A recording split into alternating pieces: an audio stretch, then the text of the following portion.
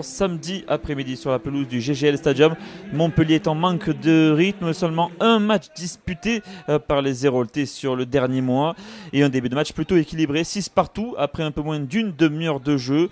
Les deux buteurs, Maxime Lecu d'un côté et Louis Foursan de l'autre, se répondent coup pour coup avec 2 pénalités. Montpellier crée la première étincelle du match après ce coup de pied croisé de Cobus Regnat, le demi de mêlée montpelliérain à destination de son ailier Gabriel Ngandébé. Malheureusement, le numéro 14 de Montpellier est superbement repris de justesse par la défense girondine. Fausse alerte donc pour Bordeaux-Bègles et ce score, toujours de parité à la pause, 9-9.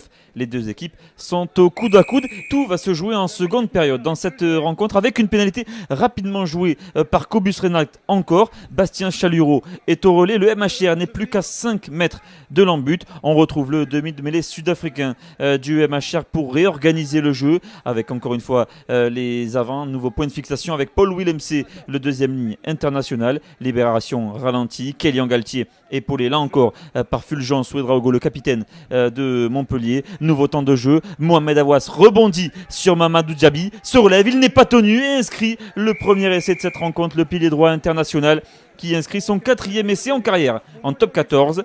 Cet essai qui sera transformé et Montpellier crée le premier petit break de cette rencontre. 16-9 donc à la 43e minute, 19-9 même après 3 nouveaux points d'Alex Lozowski, le demi d'ouverture remplaçant.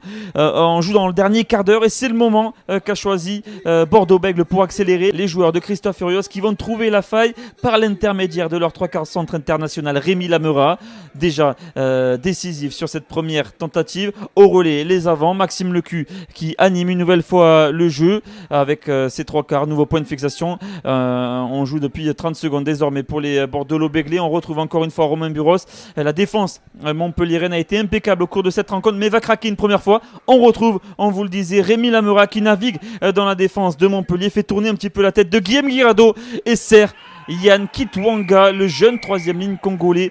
Première apparition en top 14 et premier essai pour Yann Kitwanga, idéalement servi par Rémi Lamera, auteur d'un superbe numéro au cœur de la défense du MHR. 64e minute, Bordeaux-Bègles revient dans cette rencontre, 19-16 après la transformation, 22-16 après 3 nouveaux points d'Alex Lozowski. Il reste 3 minutes à jouer dans cette fin de match. Vous allez voir cette touche rapidement jouée par Ben Botica, Romain Buros qui vient alerter Ben Lam et c'est un festival, un véritable exploit personnel que va livrer l'ailier néo-zélandais qui se défait de toute la défense montpelliéraine. C'est lui quelques secondes auparavant qui avait créé le carton jaune de Vincent Ratez. Montpellier était en infériorité numérique et Ben Lam vient punir, crucifier le MHR sur cet essai. Lui qui avait déjà marqué un essai la semaine passée sur la pelouse du Stade Français vient inscrire son 2e essai en France et en top 14. Admirez le talent et la vitesse de Ben Lam.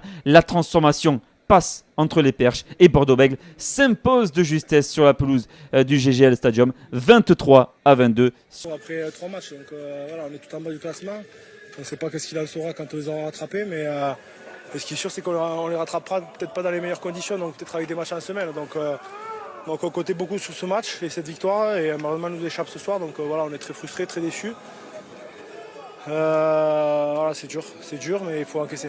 Alors certes, il y a la défaite, mais vous avez commencé à récupérer des blessés, les internationaux. Vous sentez quand même que Montpellier peut s'inscrire dans une dynamique un petit peu plus positive avec justement cet effectif retrouvé?